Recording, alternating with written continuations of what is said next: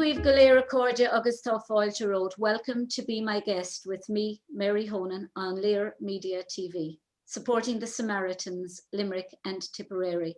And my guests here today, been really looking forward to this interview, I have to say, is with Margaret Naughton and Siobhán Gannon. Hello, ladies. Hi, Mary. Hello, Mary. How are you? I'm good. We're all good, thanks. I'm good. Yeah, all good. Yeah, despite lockdown and being here at home with two, a teen and a tween. I keep calling them. Yeah, no. So as good as can be expected, I suppose. I saw the artwork the other day. I suppose there's a lot of artwork being done with parents and that in the house. Oh, there is, yeah. We've kind of resorted to artwork a few times over the last number of months. So yeah, no, it's a distraction. It's a nice distraction depending on I suppose who's involved and who's cleaning up. Although what did my lady do the other day? She went to try and take a paw print of the dog. So she had dipped the dog's paw into the paint to take his paw prints, which yeah. The problem was I now had a dog running around the house with two green paws. Had the wood flooring. Oh yeah. Thank God. And the I hope it wasn't so bad. It was the furniture. Yeah, the furniture. But anyway, look, it was fine. It was fine. Yeah, the joy, isn't it? Yeah. Well, only a teacher would stay calm in a situation like that. I'd be swinging from the rooftop. No, yeah, the patience come in handy at times, all right, I have to say, yeah. But how are you coping with it, Siobhán? With having two of them in the house, one in college and one in the Leaving Cert? Very well. I've actually 3 kids. I'll just correct you there. I'm not a teacher. I'm actually working in the holistic health world. So I'm a coach and mentor and mindset and all of that. No, I so don't. I actually 3.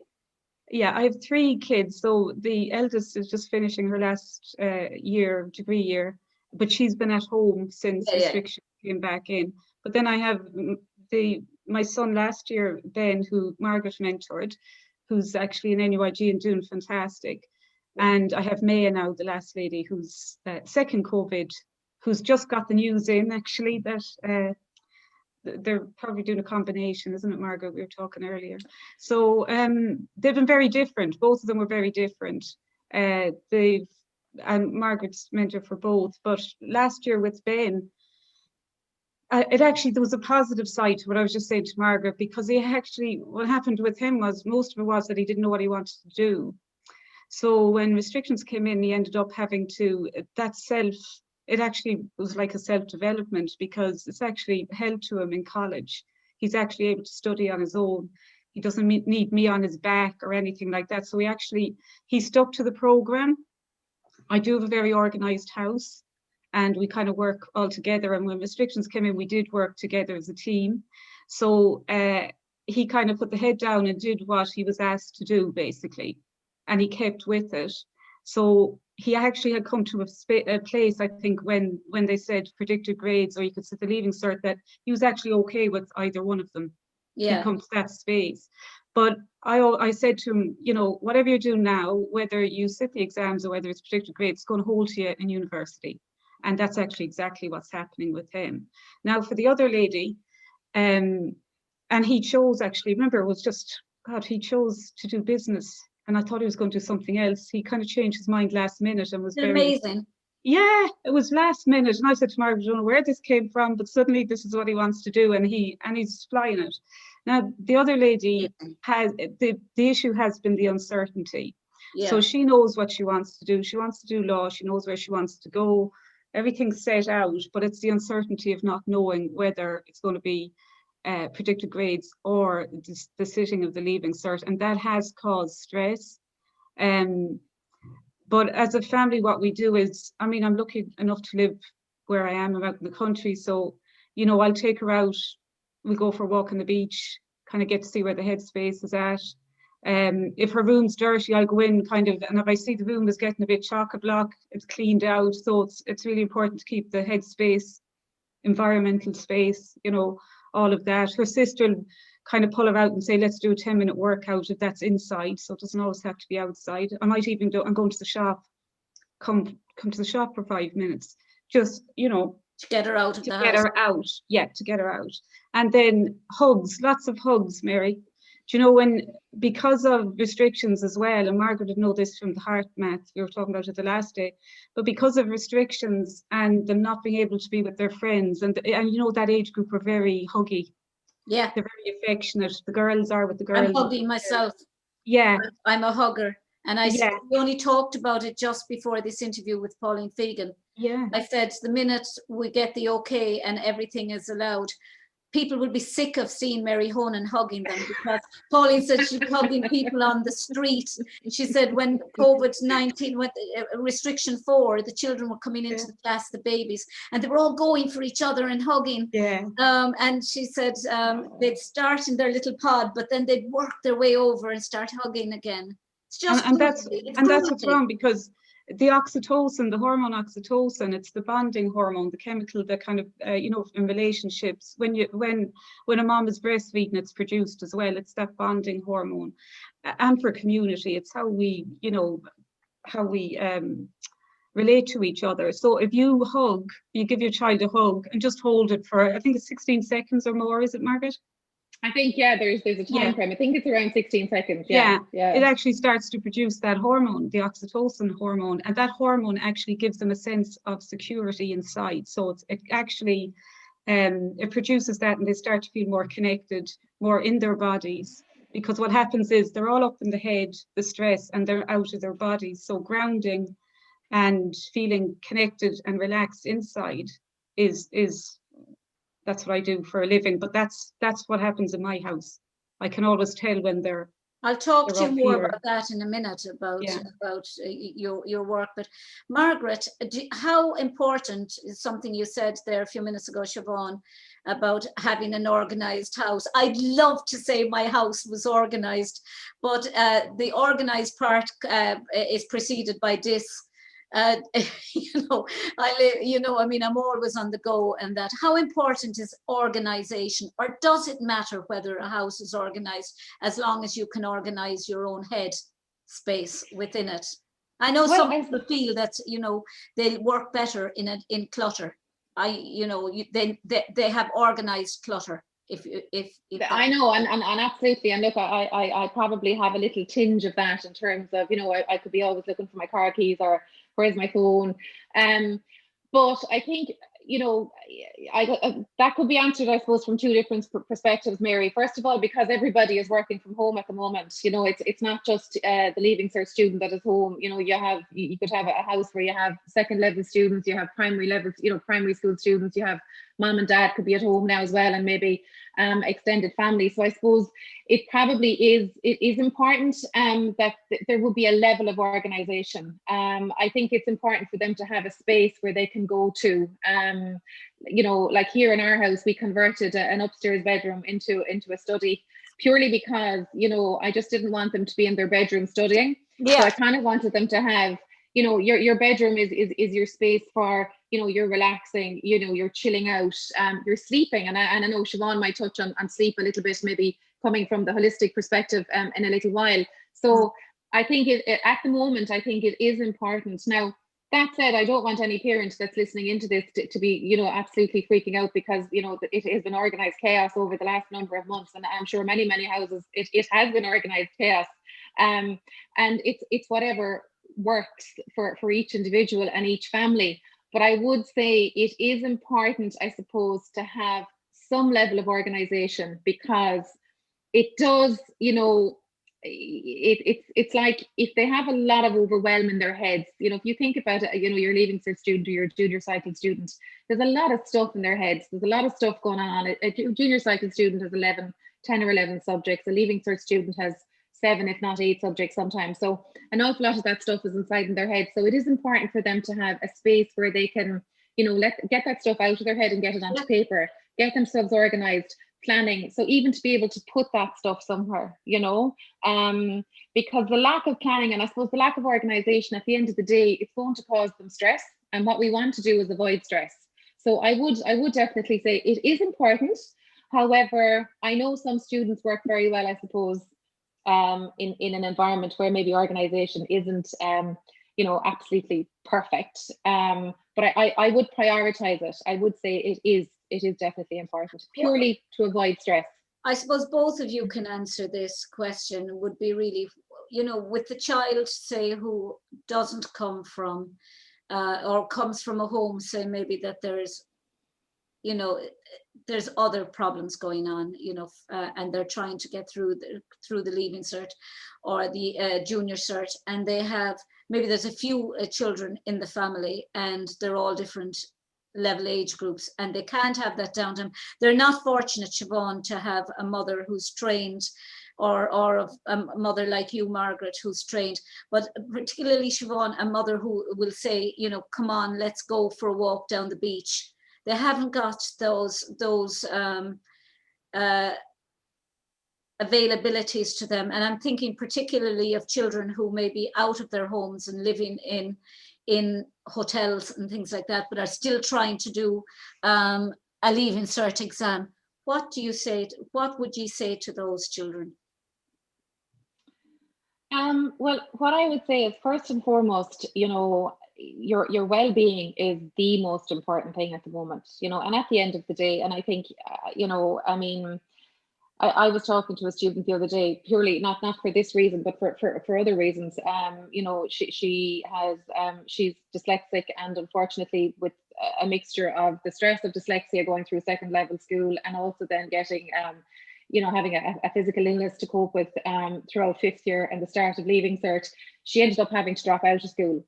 And she was highlighting the fact that things can go wrong for you, and things may not always be best planned, and you may not be in the best circumstance to move forward as you would like. Yeah.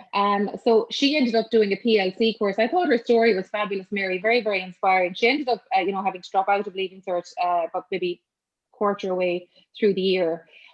She went on to do a PLC course, and she's now studying a level 7 business. She's level 7 business down in Waterford IT. Yeah. So, I think the most important thing is for students maybe to just take a step back and see, right now, what is my situation? It may not be what I want it to be. I may not have, the opportunities available right now, but that's not to say that you can't get where you want to go. I mean, there's an awful lot of emphasis on the Leaving Cert, and there's a huge emphasis on CAO. However, there are other routes that you can go down. There are lots of other colleges, like Limerick College of Further Education. That's the only one, that's coming to my mind now because I am Limerick based, but there are colleges like Limerick College of Further Education where you can go and do some sort of a post-Leaving Cert certificate course. And based on that, and from that, you can go on then and take your college, you can go on and do your college career, take your college choice. So there are options out there. So I would say to those students to, just take a step back, acknowledge where you're at, and just know that there are other ways. There are other ways out there. CAO Leaving Cert is not the only way. No, and would you agree with that, Siobhán? I would, yeah. And that would have been me when I was doing my Leaving Cert. I come from a family of 11, and I got the amount of banging doors trying to get some space to do the Leaving Cert, and my mother did her best, God help her. But after an hour or so, she got fed up, and it was me that got in trouble then, you know what I mean, for asking to keep the noise down. So I suppose I was coming from the space of how I was during my Leaving Cert. Is that why you've become so ultra organised? Yeah, I think so. Well, what I lived with a hyper organized mother, and I think it's made me different. Yeah. I'm certainly not hyper organized now, but I do like. I just, I just value. I've seen the difference between having everything chaotic and having everything organized. And I'm a single mom. I have been for the last 10 years, so we've had to kind of do things that way to make it work for us. Do you know what I mean? So how did you manage to do your exams and that with all that chaos? Well, I was fortunate enough. My aunt was the primary school teacher, so we used to be able to. I was able to go back there sometimes for weekends. But I mean, there was always a crying baby in the house. Like, it was just nuts, and small house at the time. But even for what Margaret was saying, I think it's about possibility. Encouragement's really important. So like I know plenty of students around, you know, that aren't getting that or have trouble at home. The first thing is I feel really strongly around parents just standing up and actually being the adult, which isn't always happening. And that's something I feel very strongly about, because I haven't always stood up and been the adult. But I mean, it's up to us to encourage our children. This is the generation, we're supposed to be leading the path here for this generation of students. I think people are trying too hard to be their child's friend rather Yeah, than there's no balance in it. mother. Yeah. They're either this way or the other. Like they have to bring a balance in. And oftentimes, as I was saying to Margaret as well, we talk to our children from our inner child, from us as a kid. Yeah. And I always know that, because I was saying to Margaret, when I'm having a discussion with an argument with Ben or something like that, I'll always know when I'm in my child mode, because we have the most ridiculous arguments. And you know when you know you're in my child mode. Yeah.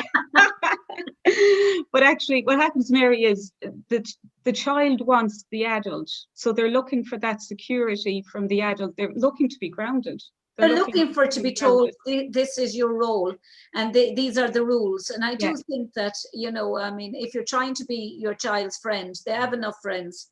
100%. They want somebody that's actually telling them, you have to do A, you have to do B, and these are the rules, and you follow my rules.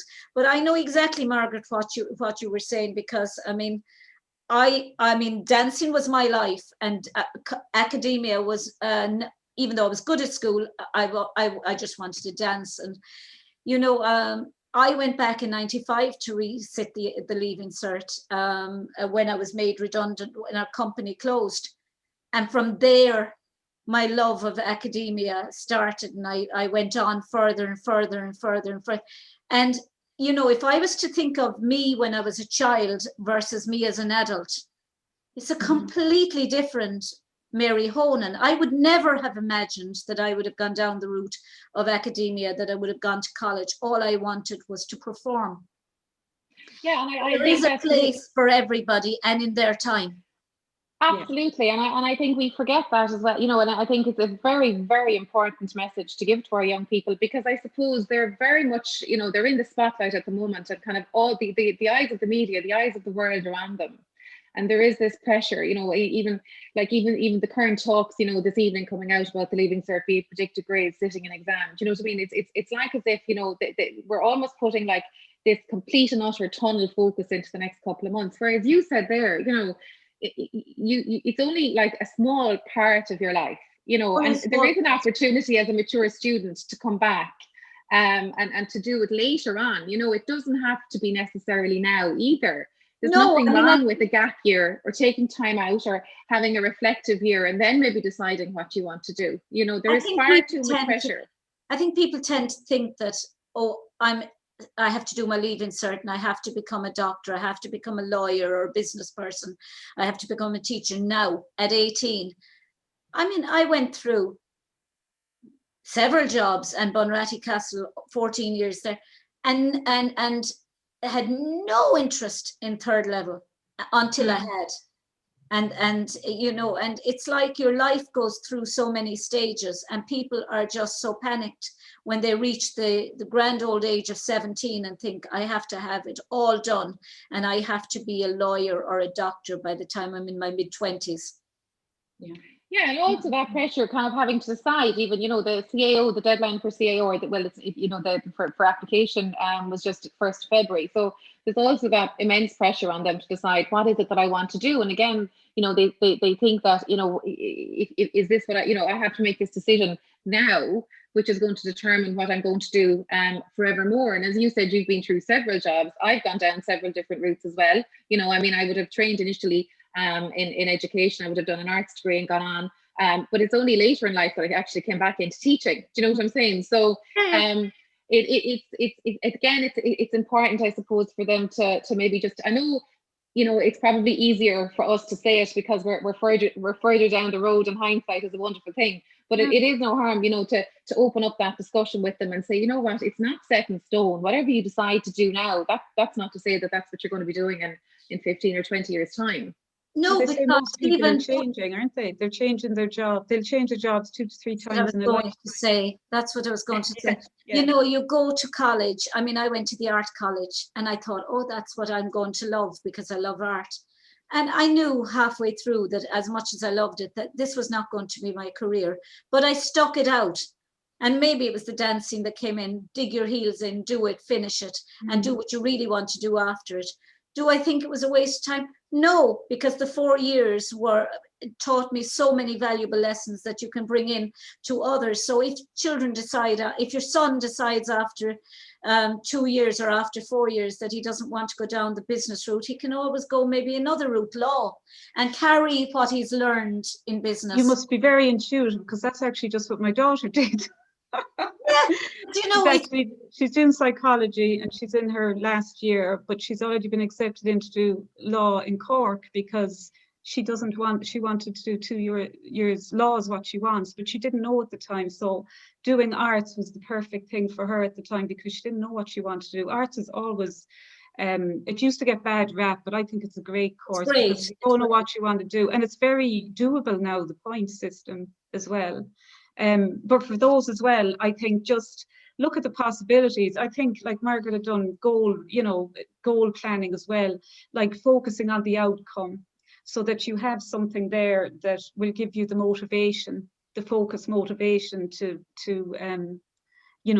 even if it's just to get to college with your friends, even if you don't know really what you want to do, just something that's going to bring up those good feelings and give you that encouragement, especially if you're not getting it at home.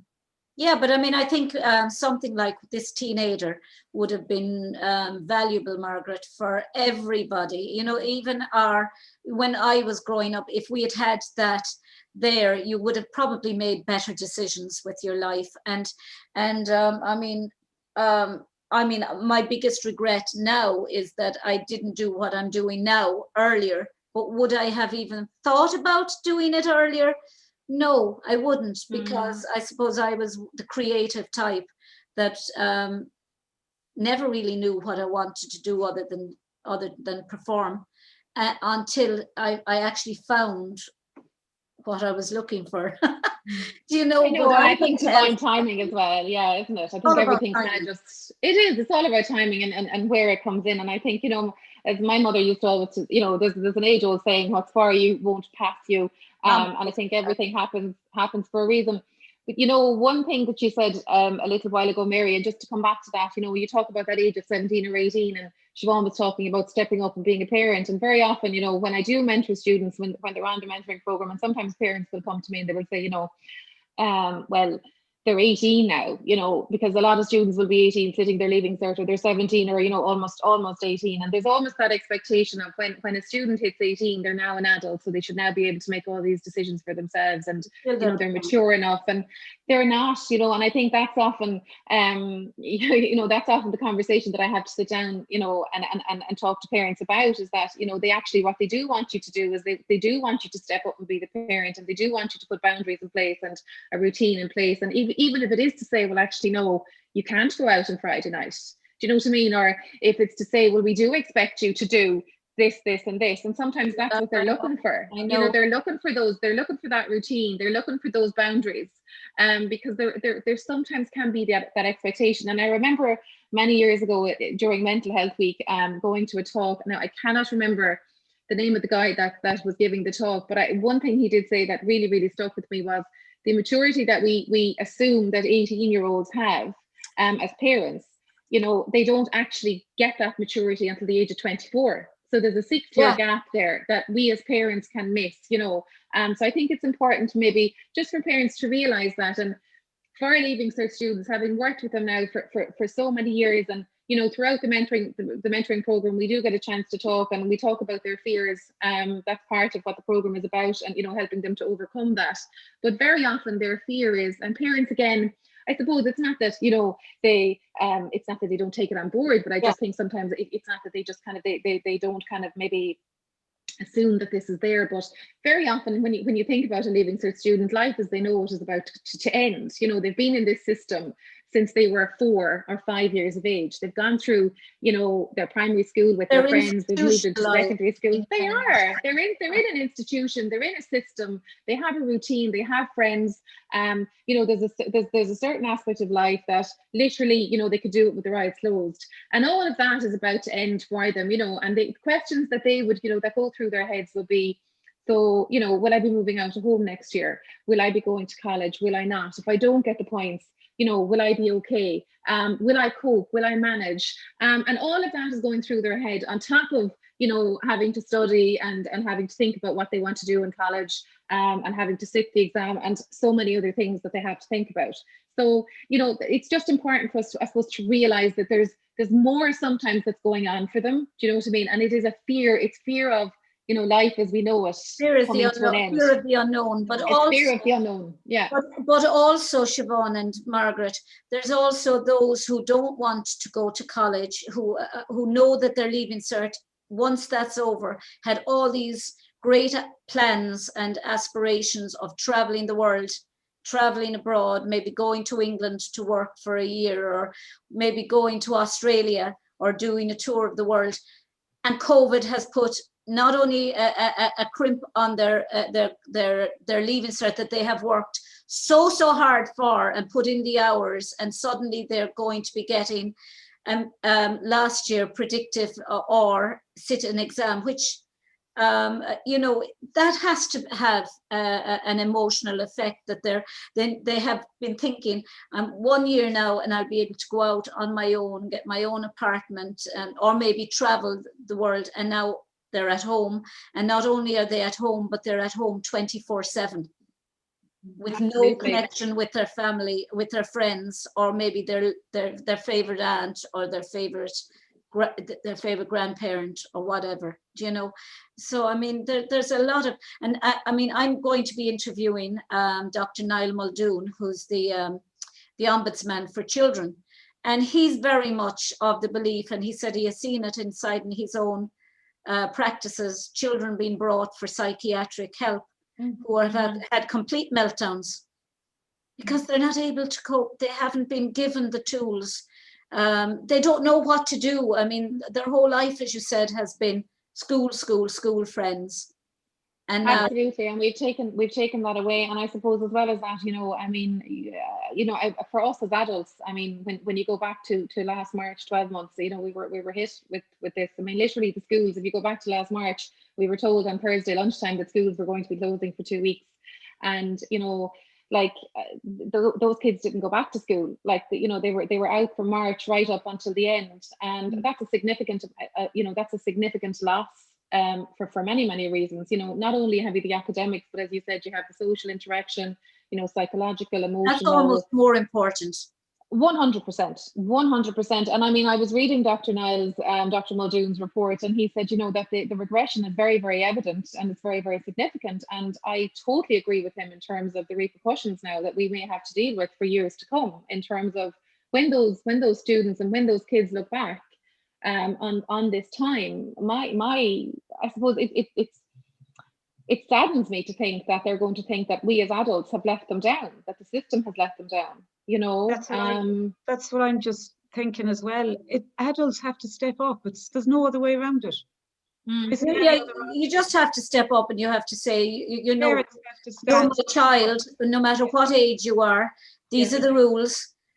This is what you do, and this is how we help each other to get through this. Yeah, but adults have to lead by example. Absolutely. So there's no point telling your child what to do and then not doing it yourself. Yeah. Because that's one thing teenagers will rebel against. Well, in my house anyway, they'll pick you out for everything that you tell them that you're not 100%. Yeah. Just don't do as I do. I have here. Yeah, do as I do rather than do as I say. Yeah. And you know what, it is scary, and it's not school going age yet, but I have a little nephew who's 1.5, and my sister-in-law is expecting her next child, and he won't, since COVID came in, because of the restrictions, he won't go near anybody. And my brother's actually saying this is a direct result of no contact. We're rearing a generation of germaphobes, children who are going to be just absolutely petrified to shake hands with somebody, to even be within close proximity. And we just, and I think we have to, I personally think we have to weigh up the options. Do we want a nation in this country of people who are absolutely petrified out of their skin?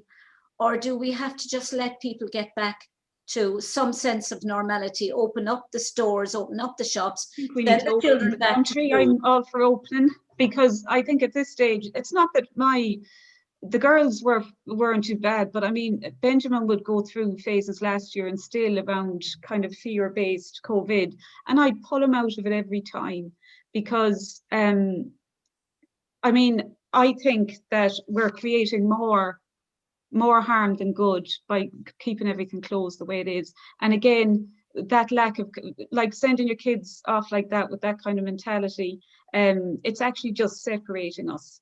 And is that not the whole thing? It's a separation. Well, I mean, I taught you know? I taught last year in Mary Immaculate, or lectured, and it was my first year there, covering for the head of the department, who was taking a leave of absence. And as it happened, just, I'd say I was there 6 weeks when maybe more, when the place closed, and everyone was doing it via Zoom. And I cannot tell you, I enjoyed it a lot, but I cannot tell you, if I got one email from people, I was getting 20 a day. It was like they become so dependent on you. It was almost like you became their crutch, because here they were now, completely computer literate, all of them, but suddenly their worlds were turned upside down, and they were no longer able to see the teacher inside the class and be able to come up and ask you a question, or you could sit with them and you could answer them. But suddenly now they were reliant on this email, and you could almost see that they were waiting at the other end for your answer. And you're only limited in how much. Well, like I've seen that in this house, with waiting for tutors to come back and different things like that. And if you think about it, like, say for Ben, his first year in university, he was in for open day. That's his university life. He's not even on campus. He's in a place outside. That's what I was going to talk about. The effect, all that has been taken from them. Yeah, and no yet, social life. And yet our government, when you think about it, there was something like 150 people came in from Algeria 2 weeks ago on a flight. The Algerian government paid the university to take them on as PhD students. They weren't even checked at the airport. They were allowed to go on their way. And yet your sons and daughters are prevented from getting to their college. None of it ever made logical sense. Anyway. Yeah, none of it ever made logical sense to me. Everything was a contradiction. I don't understand what they're at. I just don't get it. It's just every time they come out, it's another contradiction. Do you think they should be allowed back to and how is it going to manage itself? Because I can't understand how Leaving Cert students cannot sit in a class and be at the distance that they are at anyway for their exam. Because you're at least 2 meters away from the next person in case you copy from them. And there's somebody always watching the class, one person. Absolutely, Mary. Of course they can go back. That's again my own personal opinion. Absolutely, they should be able to go back. And I think hindsight, a lot of people, professionals and experts in education, when they looked back at last year, when we looked back at last June, or even I know there was talks, the initial talks were maybe to have a look at a date in July. In actual fact, the Leaving Cert could have gone ahead last year, and that was one of the things that we learned. Yeah. And the other thing I think, which I suppose, and it is, and I mean, it has to be said, from be it a teacher, a parent, from a teacher or a parent's perspective, is like essentially like we have been in this situation since last March. I know when the predicted grades were happening last year around the end of June, when that was all being tidied up. I know at that stage people were saying to me that there was a possibility the junior cert wasn't going to go ahead this year again. So I mean, all of that has been in the pipeline, and yet we're back in the same boat this year with all of the uncertainty. There's no clear road forward, and I just find it inexcusable that we haven't had a plan that has been put forward from the get-go so that students have something to work towards. I think Siobhán even said it at the beginning, when she was talking about Maya, and the most upsetting thing, and I suppose the thing that has caused me the most worry is the uncertainty. Like, there have been nothing that they have been given that they have been able to work towards. And that really, I find that is unacceptable, that those students have been left in that predicament. Yeah, it's totally unacceptable. I mean, they keep moving the goalposts. It's as if they don't know. Well, to be quite frank, and I'll say it now, I don't think the Minister for Education is competent enough to actually make these decisions on her own. I think it's gone to a stage now where it's just an absolute joke that they're telling you maybe at the end of the month, maybe in March, maybe they'll be back to school. Then we mightn't be back until September, or we can expect these lockdowns until September. People can't keep going like that forever. Yeah.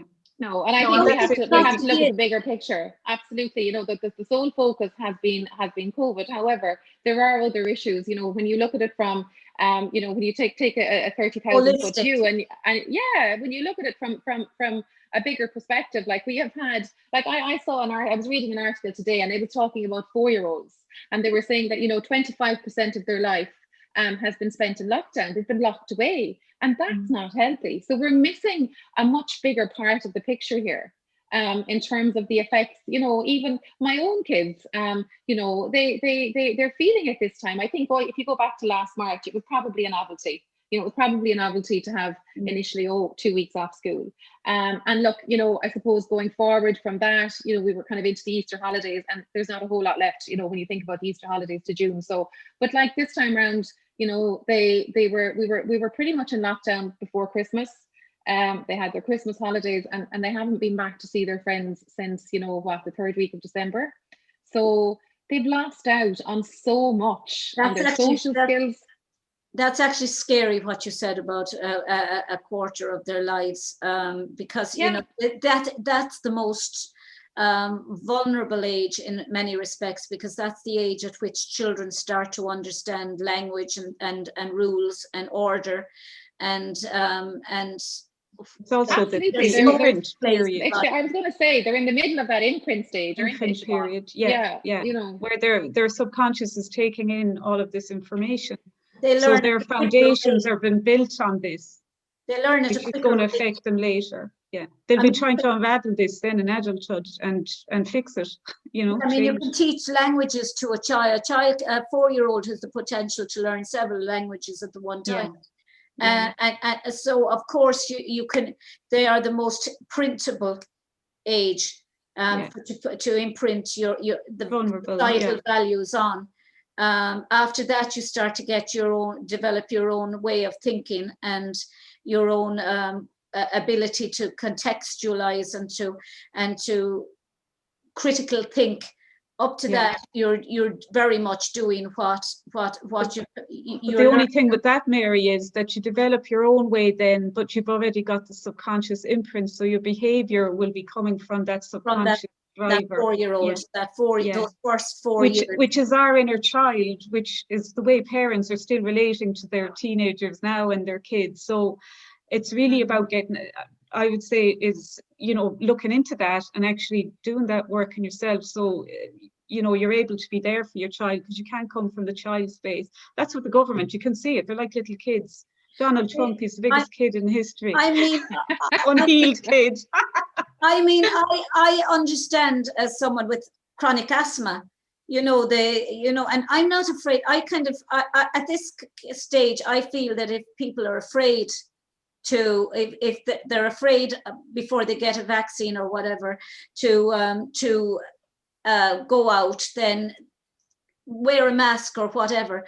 But I don't believe that the whole country should be closed down or that Leavenscert students shouldn't have their life going on as normal just because I happen to be an asthmatic.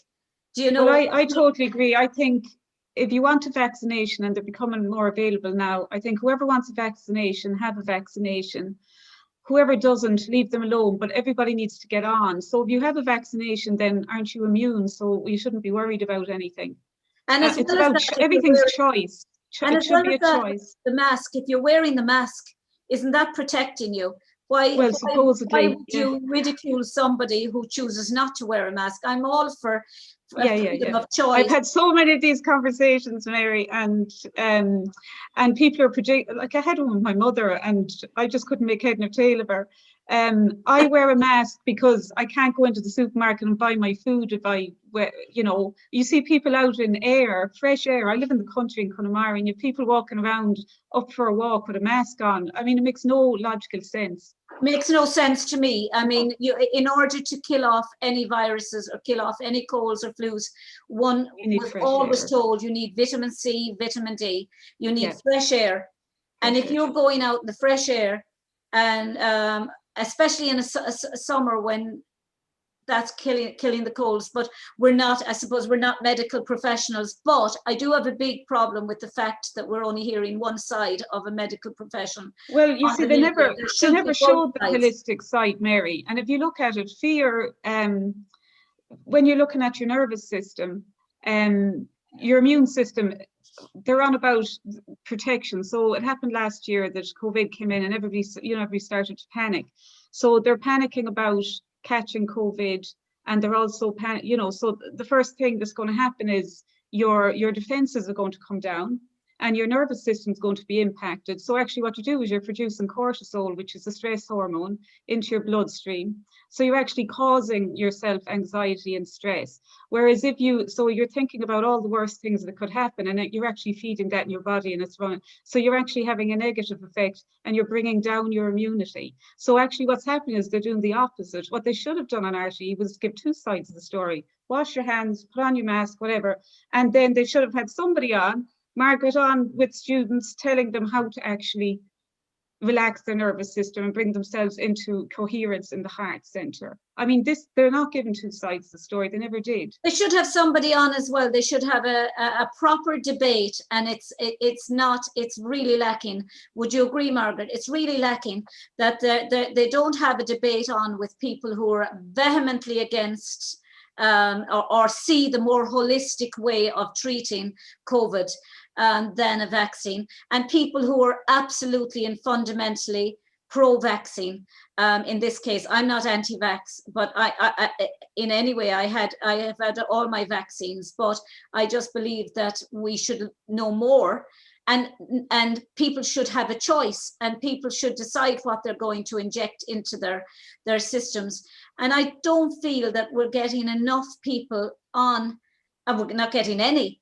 I mean, they did a Panorama documentary the other night, and they mentioned about all the or people who were opposed to the vaccine and the doctors and that.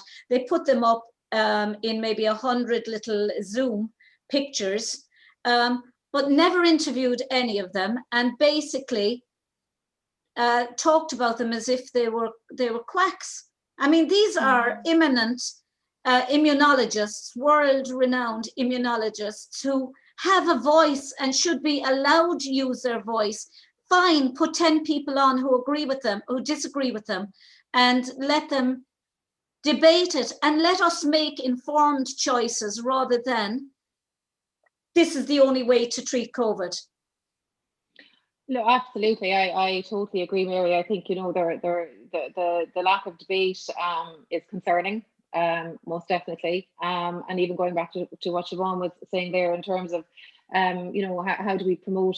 We haven't, we haven't promoted well-being at all. And bringing this back to Leaving Cert students, I mean, how important, it would have been for them since last September when they went back to school to be on, as you said, vitamin C, zinc, vitamin D. I mean, again, that isn't coming from any official source, so there's such a lack of talking about well-being,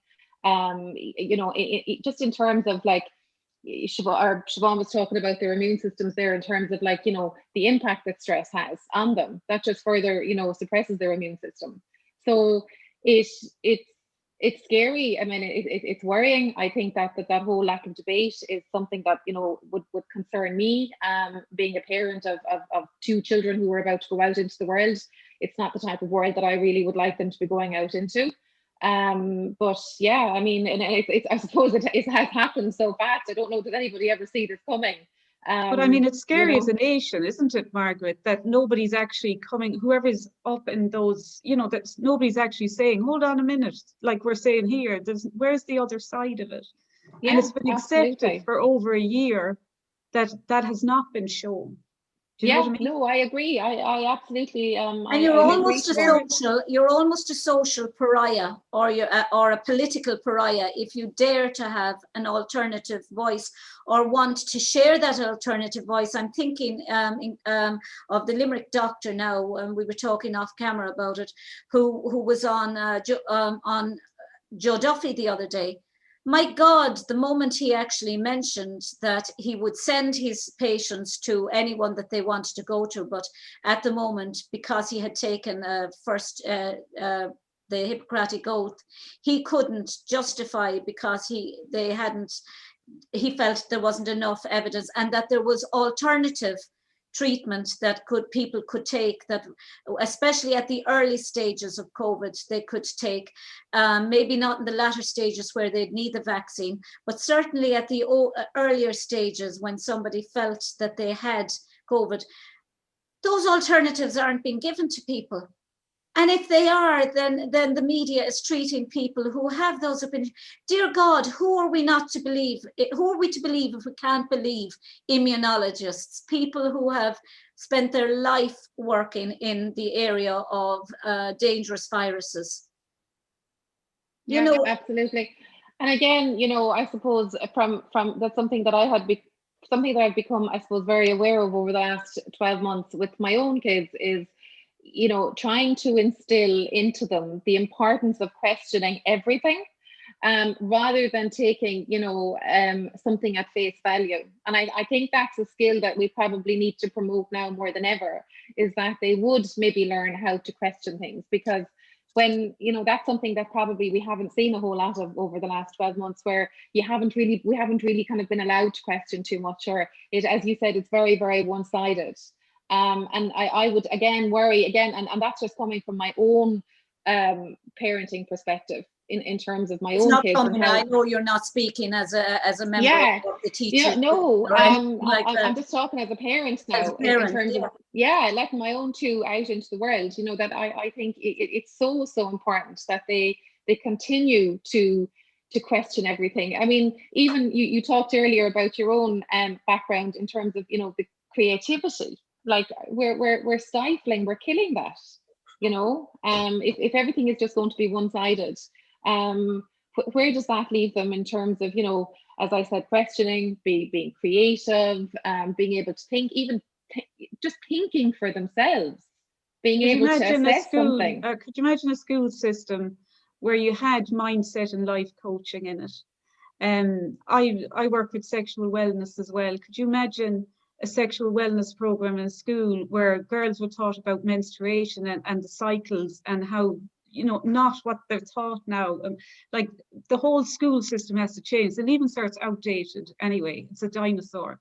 It doesn't suit the majority. We should really have another interview and talk about the Leaving Cert and I mean, we could talk here all night. And antiquated values, but I mean, if you were to be actually taught in school just one way of doing everything, wouldn't you be absolutely appalled if your child went into a school and they were told, this is the way you do it? You don't think for yourself. This is what history is. And you were given a one-sided view of history, a propagandist view of history, or you were told, you can't paint leaves any other color but green. Comes back to that movie. There's no need to paint flowers any other way than the way they always have been seen. Flowers are red, young man, and green leaves are green. There's no need to play, and so on. People have to think for themselves, and they have to be given informed views. This is my opinion. This is my opinion. I don't agree. Why don't you agree? Prove your point. Debate is gone. Nobody's able to debate now. They just want clinical, this is what I'm being told to do, so I'll do it, because the media is telling me this is it, and we're and you know what, as well, sheep. Mary, I'd say as well, some people we're a nation at this stage that love to be told what to do. So we don't have to think for ourselves, and we don't have to take accountability or responsibility. This is it. This is it. So Margaret, what's your next move with the Teenaider? So I suppose the move, as is always at this time of the year, is to get those on the program. It's definitely to start change. But it's also, I suppose, imminently to get those who are on the program now out the other side this year. Just to make sure that they're okay, and that we put kind of a process in place for them, whereby they can get through to the other side. A lot of it will be, keeping them stress-free over the next couple of months. That's really what it has become about now. It's trying to, teach them techniques to avoid the overwhelm, being able to manage the overwhelm, staying stress-free, taking it one day at a time, putting baby steps in place for them literally to get from where we are right now to the other side of June and out into wherever next year may be for them. So that's really where we're at. And if anyone wants to contact you? If anyone wants to contact me, I'm on Facebook, Instagram as it's The Teenaider, or my email is theteenaider@gmail.com.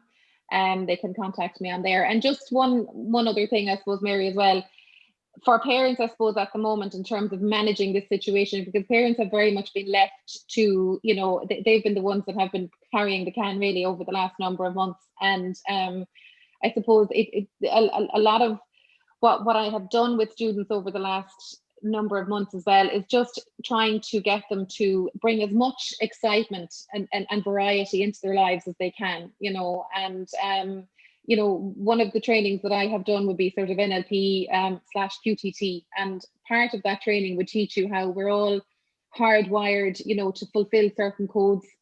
And one of those codes would be excitement and variety. And for all of us, that's gone, over the last number of months. So, I've been talking to students over the past even 2 weeks, and I've been saying to them, a lot of them have been saying to me how down they've been feeling. Some of them are feeling very, very anxious, very depressed.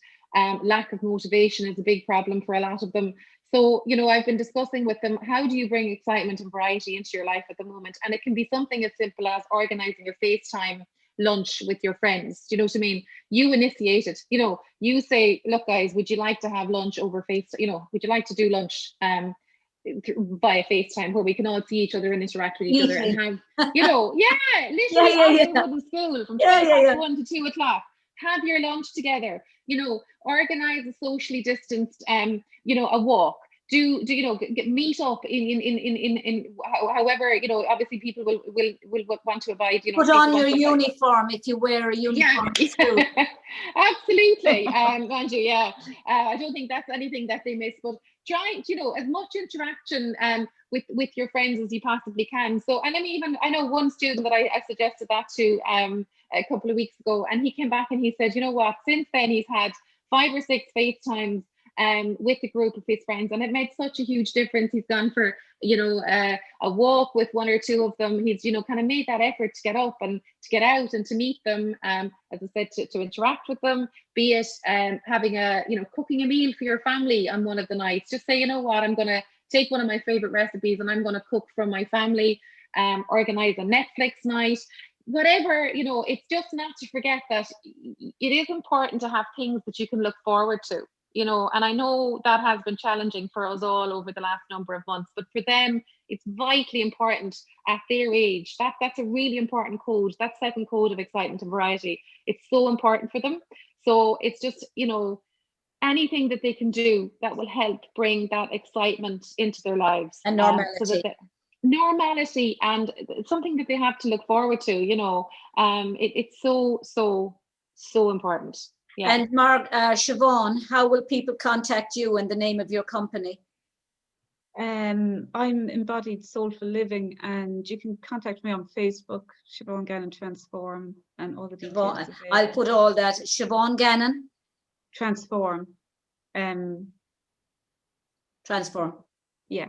I'll put all that information up at the end of your page, of the end of the interview or the video once I'm putting it out. So ladies, thank you both very, very much. And I feel that there's another show in the two of you. Mary, just before we go, can I just say one other thing? I think it's really important as well to send out a message to our young people to say how absolutely fabulous, I think they get an awful lot of bad press in terms of, if they're out, or, we hear, that, it's young people, but I think in terms of everything that they've been through and what they've done over the last number of months and how they've coped and held it together, I think they're amazing. They're absolutely amazing. And I think that needs to be acknowledged, and they need to be told how fabulous, how really, really fabulous they are. And I mean that, hand on heart. I don't think they're getting enough acknowledgement. I don't think they're getting enough praise in terms of what they've had to cope with, and how they've managed and how they've held it together and how they've, carried themselves. And it's just, I just wanted to kind of take this as an opportunity to say that to each and every one of them. They've been absolutely fantastic. Really, I second that just writing wholeheartedly. Information there so I don't forget it. Transform and the Teenaider, not teenager, AG. Oh God, no. T-E-N-A-I-D-E-R. Long gone, yeah. Teenaider. Yeah. Listen, we're challenging our inner child now. Absolutely. Thank you, ladies. Thanks, Mary. Thanks for having me. Thank you. Shindera leis an clár. That's the end of the show for today. Until the next time, Lacuna Day. But Wallam to Galer Chiacona, Sonas agus Gra, Good day, Ship Sloan.